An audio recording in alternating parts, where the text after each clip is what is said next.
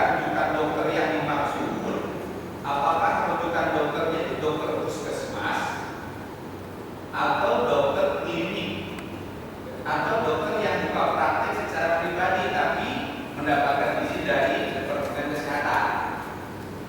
Nah, ini kasus dari yang lain ya, seperti di kami ini, kalau dalam kaitannya dengan katakanlah yang asuransi yang di luar sana ya, katanya setelah kami datang ke puskesmas yang satu yang dekat dengan rumah, katanya bapak sudah terdaftar di puskesmas yang lain. Nah, ini kira-kira bagaimana Pak? Dua saja Pak. Terima kasih. Terima kasih Pak Edi. Pertama mengenai premi, by default premi ini dibayarkan oleh ITB Pak Edi. Jadi yang dijaminkan adalah itu tadi suami atau istri yang bekerja di ITB, kemudian suami dan istri tambahannya dan 2 orang putra. Jadi kita tidak mengeluarkan uang sama sekali. Kalau ada peserta tambahan memang untuk asuransi dasindo ini belum memungkinkan karena asuransi dasindo tidak memiliki produk untuk individual gitu ya. Jadi itu kita memang corporate company gitu, Pak. Berikutnya syarat administrasi apa saja? Sepertinya tidak ada Pak ini, kecuali memang ada kasus-kasus tertentu. Misalnya kita harus reimbursement, kemudian kita punya tanggungan asuransi BPJS. Dari BPJS kalau kita sudah menggunakan, kemudian ada excess claim yang tidak ditanggung, tentu ada syarat-syarat administrasi yang lainnya. Misalnya BPJS harus menerbitkan statement bahwa surat bahwa yang dijamin oleh BPJS adalah sekian, yang sekiannya lagi tidak, nanti bisa direimburskan ke pihak asuransi dasindo. Kemudian misalnya meninggal dunia ahli waris harus menetapi apa saja persyaratannya, misalnya tadi ada surat kematian dan segala macam. Nah itu di buku panduan nanti akan ada ini, semuanya ada di situ. Jadi tidak ada syarat administrasi khusus yang perlu kita siapkan, tapi kartu akan dibagikan, kemudian ini akan dibagikan. Ini adalah untuk yang PNS, pegawai PNS, ini adalah fasilitas topping yang diberikan oleh ITB. Kemudian untuk yang PNS ini adalah fasilitas asuransi kesehatan yang diberikan oleh ITB. Pada prinsipnya demikian. Berikutnya, rujukan dokter tidak ada yang khusus Pak. Jadi sebetulnya pada saat kita periksa ke rumah sakit ternyata memang harus dirujuk langsung dirawat inap, itu langsung bisa dirawat. Langsung bisa. Dokter misalnya dokter yang praktek misalnya bisa. Bisa. Silakan Bapak Ibu yang lain.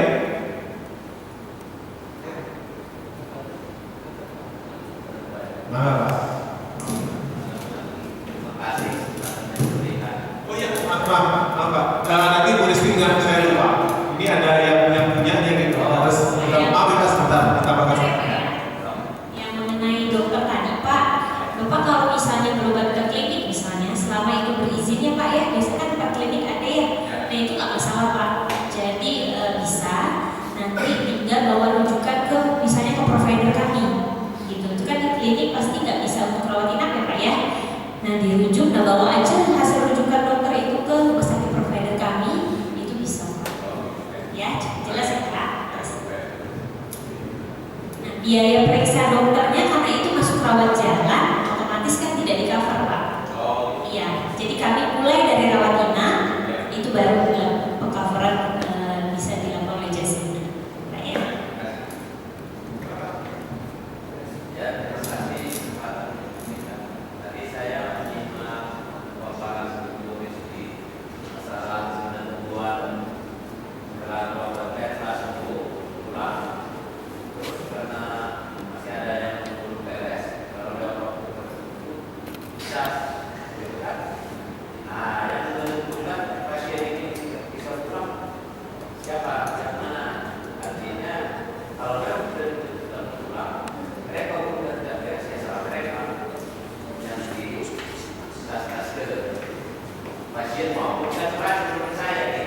Nah, jadi harus jelas di mana itu kesalahannya. Karena mereka tidak dapat pendataan dokter, dia jelas lah itu manajemennya bagaimana. Gitu.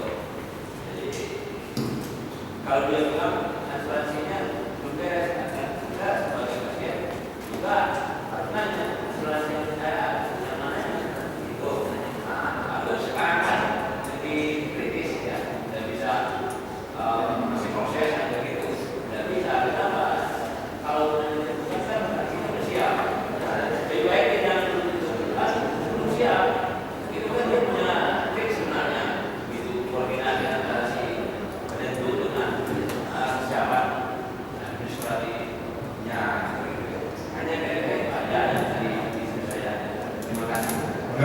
Ya ini tips ya Pak ya. Jadi tambahan. Jadi kalau sebelum sehat ya harusnya nggak boleh menentukan pulang atau tidak kan dokter sebenarnya Pak ya.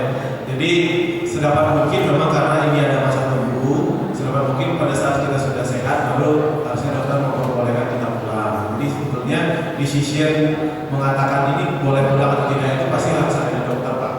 Kemudian berikutnya tadi saya setuju. Jadi pada saat kita ditahan lama sekali oleh pihak rumah sakit, harusnya kita juga nanya kenapa ini bisa lama sekali. Tadi Bu Risti memberikan tips juga kalau yang disampaikan alasannya karena memang administrasi ada di asuransi, Bapak dan Ibu sedapat mungkin telepon dulu ke call centernya Jasindo, kemudian nanti call center Jasindo yang akan mencoba endorse pihak rumah sakit agar lebih cepat lagi prosesnya. Itu kurang lebih Pak tadi ya. Jadi itu proses. Maka Bapak dan Ibu yang lain, Bu Bella, enggak.